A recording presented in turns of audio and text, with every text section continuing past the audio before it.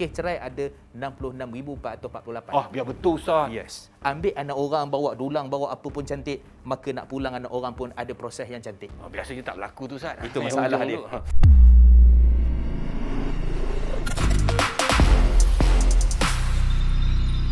Bismillahirrahmanirrahim. Assalamualaikum warahmatullahi wabarakatuh dan salam sejahtera bagi mereka yang bukan Islam yang menonton Sembang Viral di TV9 7.30 malam setiap hari. Okey, dalam hidup kita kena pantas, padu, padat, pendek aja 10 minit. Yang penting penuh dengan info, yang penting lagi ialah bermanfaat untuk kehidupan kita, keluarga kita, masyarakat, negara dan seluruh pelusuk bumi alam ni mesti dia bermanfaat. Dan saya bersama dengan yang berbahagia Ustaz Mustafar Suki. Ustaz, alhamdulillah Ustaz, diam tak diam kita dah masuk 3 kali berjumpa Ustaz Ya. Apa yang Ustaz nampak bila ada satu dulu slogan mengatakan dalam Islam tu, apakah rumahku syurgaku? Baik, satu ayat Allah sebut dalam surah An-Nisa ayat 19. Wa'ashiruhunna bil ma'ruf. Maka bergaullah suami isteri itu dengan cara yang paling terbaik. Maksudnya suami ada peranan, isteri ada peranan. Nabi sebut, sungguhnya aku ni ada orang yang paling terbaik di kalangan isteri aku, dalam riwayat Imam Tirmizi.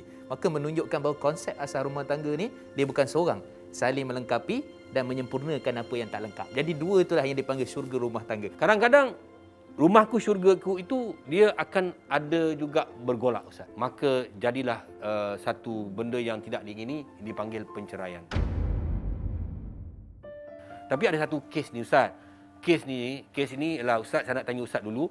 Apabila seseorang pasangan itu sudah tidak ada persefahaman, duduk berasingan. Maknanya duduk berasingan dipanggil istilah dia separated lah. Maksudnya separated tu dibenar dalam Islam Ustaz. Baik, ini antara benda yang sangat penting. Sebelum tu kita pergi, kalau kita tengok kes di Malaysia ni Ogos 2020 sampai 2021, kes cerai ada 66,448. Oh, biar betul Ustaz. Yes. Ini statistik yang dikeluarkan. Banyak ni Ustaz. Yes. Dan kemudian yang muda ke yang tua Ustaz? campur semua. Dan yang kebanyakannya baru berusia setahun jagung. Dan kalau kita tengok, setiap hari berlaku 121 kes penceraian di Malaysia. Ini satu benda yang membimbangkan. Ni sebenarnya nak kahwin ke nak cerai? Itu istilahnya. Jadi kalau kita tengok tadi daripada sudut separate tak separate kan sebagainya, dia sebenarnya dalam Islam ni dia ada garis panduan. Jadi garis panduan di situ dia bukan terus cerai, dia bukan terus viral, dia bukan terus buat apa, tapi apakah cara kita nak cari dulu titik persamaan. Jangan perbezaan memang banyak Datuk. Yang ni berbeza tu berbeza, ni berbeza tu berbeza kan. Makan apa pun berbeza. Jadi daripada sudut nak cari titik dulu persamaan itu, dan mungkin ambil masa tempoh, dia panggil tempoh bertenang. Kan, ataupun bukan bertendang beza tu. Jadi bertenang, maka seorang ni sini dulu dan jumpa orang yang terpercaya. Ni dipanggil hakam dalam konsep mahkamah syariah. Hakam ni maksudnya ialah siapa sebenarnya yang boleh bantu kita ni untuk selesaikan masalah kita. Kalau katalah ibu ayah, maka ibu ayah tu yang betul-betul ada pertengahan. Dia bukan bela menantu dia bukan bela anak dia. Kalau tak ada, maka di sana ada ruang peluang untuk rujukan di Jabatan Agama. Tapi ceritanya yang tu masih ada ruang dibenarkan. Sebab apa? Tapi dia ada dia punya cerita dia Datuk. Dia tak boleh lebih pada 3 hari. Kemudian dia ada pula isu-isu yang tertentu, bertegur siapa, tak bertegur siapa. Dia ada isu-isu yang lain. Tapi secara umumnya, tempoh bertenang tu masih ada ruang dibenarkan. Tapi tempoh bertenang tu maknanya boleh duduk serumah? Boleh. Atau kena keluar daripada rumah? Asalnya selagi mana belum ada lafaz cerai dan sebagainya, maksud dibuktikan di mahkamah ataupun Undang-Undang Keluarga Islam 1990 belum secara jelas, maka waktu tu masih ada ruang untuk berbaik. Kalau ada niat dekat dalam hati, niat belum lafaz, niat kata aku separate ni memang aku nak bercerai. Belum jatuh. Dia kena lafaz. Ya. Lafaz baru ni. Ya. Okey, bagaimana pula kalau katakan dalam keadaan tempoh macam tu, orang perempuan pula nak pergi ke pejabat agama nak mohon perceraian? Secara asasnya agama kita ni, sebab tu orang kata, biasa Datuk dengar kot, biasa bila berlaku perceraian bergegar arash. Betul. Itu hadis palsu. Hadis palsu. Hadis palsu. Jangan disebarkan. Kalau kata tadi kes 66,000, takkanlah 66,000 setahun kali arash bergegar. Jadi logiknya itu adalah benda yang palsu seperti disebut oleh Imam Ibn Arak dan sebagainya. Mungkin dulu-dulu orang nak menakutkan jangan bercerai. Allah tak suka. Aras tu maksudnya Allah tak suka kepada penceraian tu kan. Okey. Jadi secara umumnya Datuk, kita boleh katakan sebagai Islam suruh berkahwin. Bila dah berkahwin, kemudian ada isu yang memang tak dapat diselesaikan melainkan jalan penceraian, maka Allah benarkan penceraian.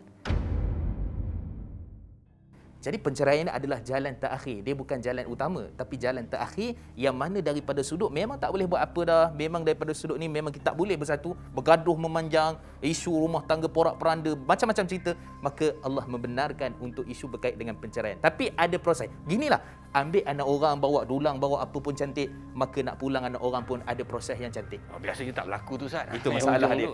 Itu masalah. Okey Ustaz, bila berlaku proses penceraian ni Ustaz kan, dulu duduk satu rumah. Siapa yang kena keluar rumah Ustaz? Ini satu benda yang Allah sebut dalam surah Talak ayat 1. Nama pun surah Talak ayat 1. Iaitulah siapa? Iaitulah Allah menyatakan bahawa bila mana telah berlaku betul penceraian, maka pada waktu tu sebagai seorang lelaki dia di sana ada tempoh iddah. Iddah ni maksud tempoh menunggu juga dalam tempoh 3 bulan berapa semua. Tempoh nak rujuk. Tapi kalau tak rujuk, dia tetap kena bagi makan, tempat tinggal. Jadi kalau seorang yang gentle, lelaki kena bagi. Lelaki kena bagi. Suamilah, bekas suamilah. Tapi kalau seorang yang gentle, seorang lelaki takkan biarkan isteri pergi keluar daripada rumah. Maka pada waktu tu kita kata secara umumnya dalam agama kita memang kena separate. Sebab tu kata Imam An-Nawawi dan ulama-ulama yang lain memang kena separate bila dah bercerai. Tetapi siapa yang kekal di rumah, maka waktu tu sudah tentu keutamaan pada si isteri sebab tempoh iddah dan juga nafkah tempat tinggal dalam tempoh iddah yang patut diberikan oleh seorang suami. Tapi baru-baru ni ada kes lah Ustaz. Kes ni lelaki tak nak keluar rumah Ustaz. Itu macam mana tu Ustaz? Lelaki ni tak nak keluar daripada rumah tu. Baik, dia gini, sebenarnya dalam kehidupan kita berkongsi. Jadi kongsi ni kadang-kadang ada orang buat rumah berkongsi. Ada beli rumah kongsi 2 nama suami isteri kan dan sebagainya. Dia ada isu-isu yang belakang tabir kita tak tahu. Tapi secara umumnya kita dapat faham bahawa sepatutnya lelaki yang patut bertimbang rasa. Sebab tu walaupun berlaku proses penceraian dan sebagainya, adakah kita kata cerai tak payah ikut agama? Adakah kahwin saja ikut agama? Cerai pun kena ikut agama. Apakah proses isteri di mana, apakah tempoh iddah, apakah undang-undangnya? Maka itu juga benda yang penting. Seorang wanita pergi ke pejabat agama untuk memohon penceraian. Adakah bila dia memohon penceraian tu, dia masih lagi, manalah tahu Ustaz, dia tiba jumpa baik, boleh ke bersama Ustaz? Baik.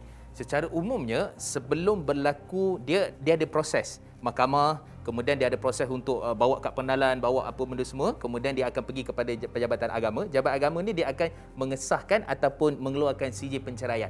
Tapi masih belum berlaku lagi, baru nak pergi file, baru nak pergi sekarang, tiba-tiba nak pergi tu rasa suami saya ni ataupun isteri saya banyak sumbangan pada saya. Rasanya saya nak berbaik semula lah. Jadi balik tu mungkin bersenggama ataupun bersama, maka tu tak ada isu daripada sudut syarak sebab belum bercerai. Itu proses dia. Seorang lelaki yang tak mau keluar daripada rumah tu, dia ni sebenarnya lelaki yang macam mana Ustaz? Dayus ke? Sebenarnya sebagai ar-rijalu qawwamu 'alan nisa, Allah sebut, lelaki ni adalah ketua hebat kepada seorang wanita, pemimpin, apa-apa lagi kita namakan, Perdana Menteri dalam rumah. Contohnya kan, namakan apa saja.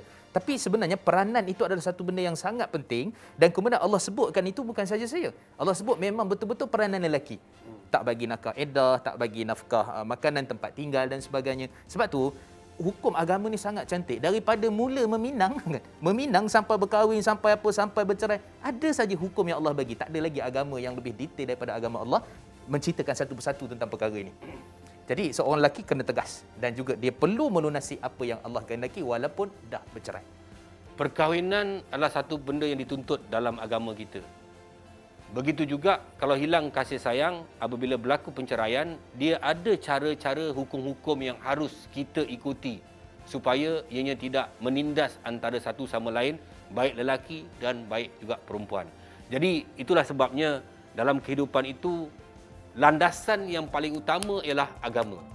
Kerana walaupun kita sekaya mana pun, sehebat mana pun, tapi landasan dia tetap kepada agama. Amin, insya-Allah.